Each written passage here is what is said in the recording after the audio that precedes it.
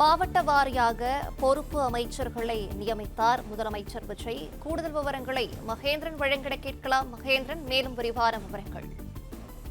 மாவட்ட வாரியாக அந்தந்த மாவட்டங்களை கண்காணிப்பதற்காக பொறுப்பு அமைச்சர்களை முதலமைச்சர் விஜய் நியமித்து உத்தரவு பிறப்பித்திருக்கிறார். எதற்காக இந்த பொறுப்பு அமைச்சர்கள் நியமிக்கப்படுகிறார்கள் என்றால், குறிப்பாக இந்த இயற்கை சீற்றம் போன்ற காலங்களில் இயற்கை சீற்றம், நோய் தொற்று மற்றும் பல்வேறு இடர்பாடான சூழ்நிலைகளில இந்த திட்ட பணிகளை மாவட்ட அளவில் செயல்படுத்தக்கூடிய திட்ட பணிகளில ஊராய்ந்து விரைவுபடுத்தக்கூடிய வகையில ஏற்கனவே ஐஏஎஸ் அதிகாரிகளை கண்காணிப்பு அலுவலர்களாக நியமித்திருக்கிறார்கள். இந்த நிலையில கூடுதலாக கண்காணிக்கக்கூடிய வகையில இதனை வலுப்படுத்தக்கூடிய வகையில அமைச்சர்களை பொறுப்பு அமைச்சர்களாக அந்தந்த மாவட்டத்திற்கு குறிப்பிட்டு பொறுப்பு அமைச்சர்களாக முதலமைச்சர் விஜய் நியமித்திருக்கிறார். குறிப்பாக என் ஆனந்த் ஊரக வளர்ச்சி மற்றும் நீர்வளத்துறை அமைச்சர் என் ஆனந்தை விழுப்புரம் மற்றும் கடலூர் மாவட்ட பொறுப்பு அமைச்சராக நியமனம் செய்திருக்கிறார். அதே போன்று ஆதவ் அர்ஜுனாவை சென்னை மற்றும் திருவண்ணாமலை மாவட்ட பொறுப்பு அமைச்சராக நியமனம் செய்யப்பட்டிருக்கிறார். உணவு மற்றும் உணவுப் பொருள் வழங்கல் துறை அமைச்சர் வெங்கட்ரமணன் மயிலாடுதுறை மாவட்ட பொறுப்பு அமைச்சராக நியமிக்கப்பட்டிருக்கிறார். மரிய வில்சன் நிதித்துறை அமைச்சர் மரிய வில்சன் திருநெல்வேலி மாவட்ட பொறுப்பு அமைச்சராக நியமனம் செய்யப்பட்டிருக்கிறார். இந்த பொறுப்பு அமைச்சர்களாக நியமனம் செய்யப்பட்டிருப்பவர்கள் ஏற்கனவே ஐஏஎஸ் அதிகாரிகள், கண்காணிப்பு அலுவலர்களாக அந்த மாவட்டத்தில் ஏற்படக்கூடிய அந்த இயற்கை சீற்றம், நோய் தொற்று மற்றும் பல்வேறு உடனடியாக ஏற்படக்கூடிய எதிர்பாராமல் ஏற்படக்கூடிய இடர்பாடான சூழ்நிலைகள் இந்த திட்ட பணிகள் மாவட்ட அளவில் செய்து அதற்கான பணிகளை விரைவுபடுத்தக்கூடிய வகையில நியமித்திருக்கிறார்கள். இதனை மேலும் வலுப்படுத்தக்கூடிய வகையில பொறுப்பு அமைச்சர்களை முதலமைச்சர் நியமித்திருக்கிறார். கண்காணிப்பு அலுவலர்களாக நியமிக்கப்பட்டிருக்கக்கூடிய ஐஏஎஸ் அதிகாரிகளுடன் இவர்கள் கலந்து ஆலோசித்து இது போன்ற இடர்பாடான சூழ்நிலைகள்ல அந்த திட்ட பணிகளை விரைவுபடுத்தக்கூடிய வகையில மேற்கொள்வார்கள். அந்த வகையில் தான் பொறுப்பு அமைச்சர்கள் நியமிக்கப்பட்டிருக்கிறார்கள். அந்த வகையில் நாம் பார்த்தோம் என்றால், தஞ்சாவூர் மாவட்ட பொறுப்பு அமைச்சராக வேளாண்மைத்துறை அமைச்சர் வினோத் நியமனம் செய்யப்பட்டிருக்கிறார். மதுரை மற்றும் தேனி மாவட்ட பொறுப்பு அமைச்சராக நிர்மல்குமார், மின்சாரத்துறை அமைச்சர் நிர்மல்குமார் நியமனம் செய்யப்பட்டிருக்கிறார். திருப்பூர் மாவட்ட பொறுப்பு அமைச்சராக மருத்துவ கல்வி மற்றும் குடும்ப நலத்துறை அமைச்சர், சுகாதாரத்துறை அமைச்சர் அருண்ராஜ் நியமனம் செய்யப்பட்டு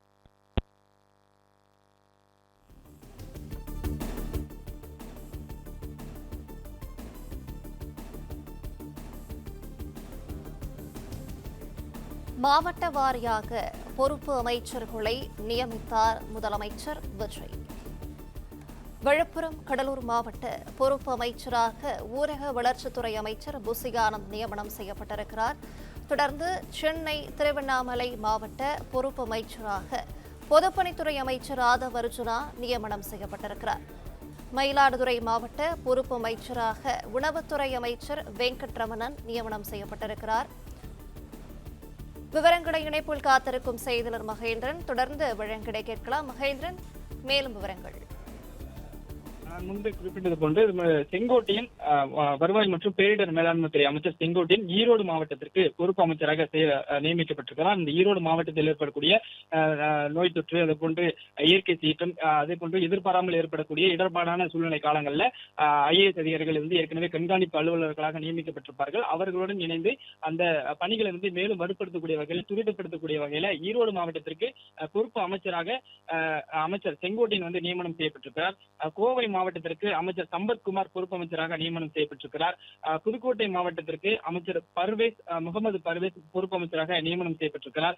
சிவகங்கை மாவட்டத்திற்கு இயற்கை வளங்கள் துறை அமைச்சர் பிரபு பொறுப்பு அமைச்சராக நியமனம் செய்யப்பட்டிருக்கிறார்கள். அதே போன்று கிருஷ்ணகிரி மாவட்டத்திற்கு தொழில்துறை அமைச்சர் கீர்த்தனா அமைச்சராக நியமனம் செய்யப்பட்டுள்ளார். விருதுநகர் மாவட்டத்திற்கு அமைச்சர் ஜெகதீஸ்வரி பொறுப்பு அமைச்சராக நியமிக்கப்பட்டிருக்கிறார்.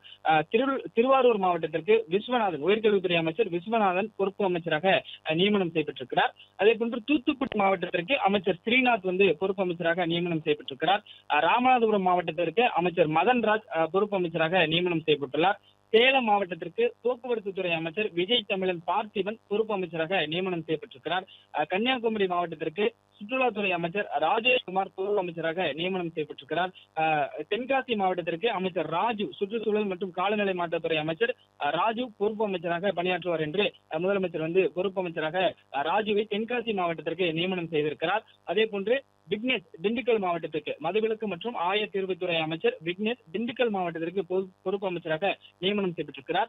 இவ்வாறாக 38 மாவட்டங்களுக்கும் பொறுப்பு அமைச்சர்கள் நியமனம் செய்யப்பட்டிருக்கிறார்கள். பெரும்பாலும் பெரும்பாலான அமைச்சர்கள் ஒரு மாவட்டத்திற்கு வந்து பொறுப்பு அமைச்சராக நியமனம் செய்யப்பட்டிருக்கக்கூடிய நிலையில குறிப்பிட்ட சில மாவட்டங்களுக்கு மட்டும் சில அமைச்சர்கள் வந்து 2 மாவட்டங்களை கண்காணிக்கக்கூடிய வகையில வந்து பொறுப்பு அமைச்சர்களாக நியமனம் செய்யப்பட்டிருக்கிறார்கள். அந்த வகையில் ஊரக வளர்ச்சி மற்றும் நீர்வளத்துறை அமைச்சர் ஆனந்த் 2 மாவட்டங்களை கண்காணிக்கக்கூடிய வகையில அவருக்கு வந்து பொறுப்பு அமைச்சராக நியமனம் செய்யப்பட்டிருக்கிறார்.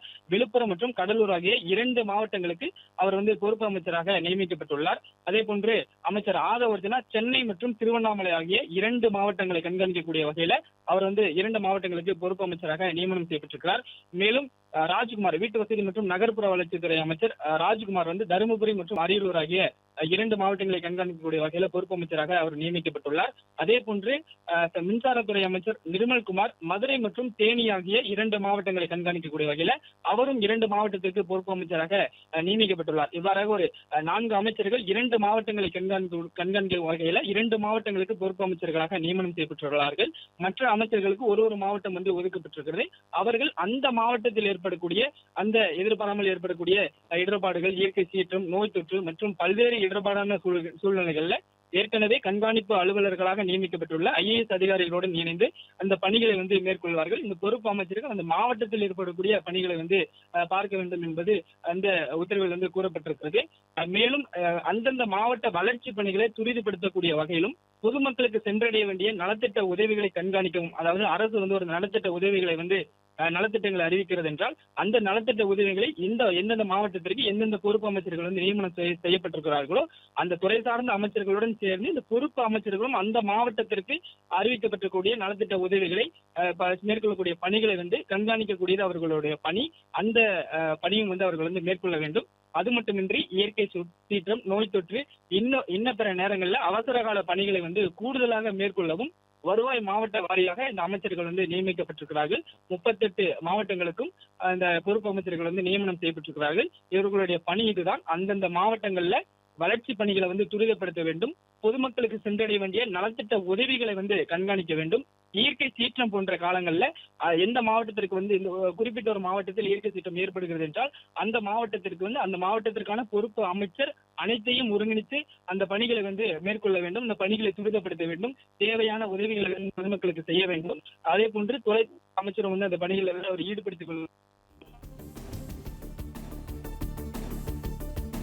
பிளே ஸ்டோர் மற்றும் ஆப் ஸ்டோரில் இருந்து பாலிமர் செயலியை QR கோடு மூலம் பதிவிறக்கம் செய்யுங்கள். செய்திகளை உடனுக்குடன் பெறுங்கள்.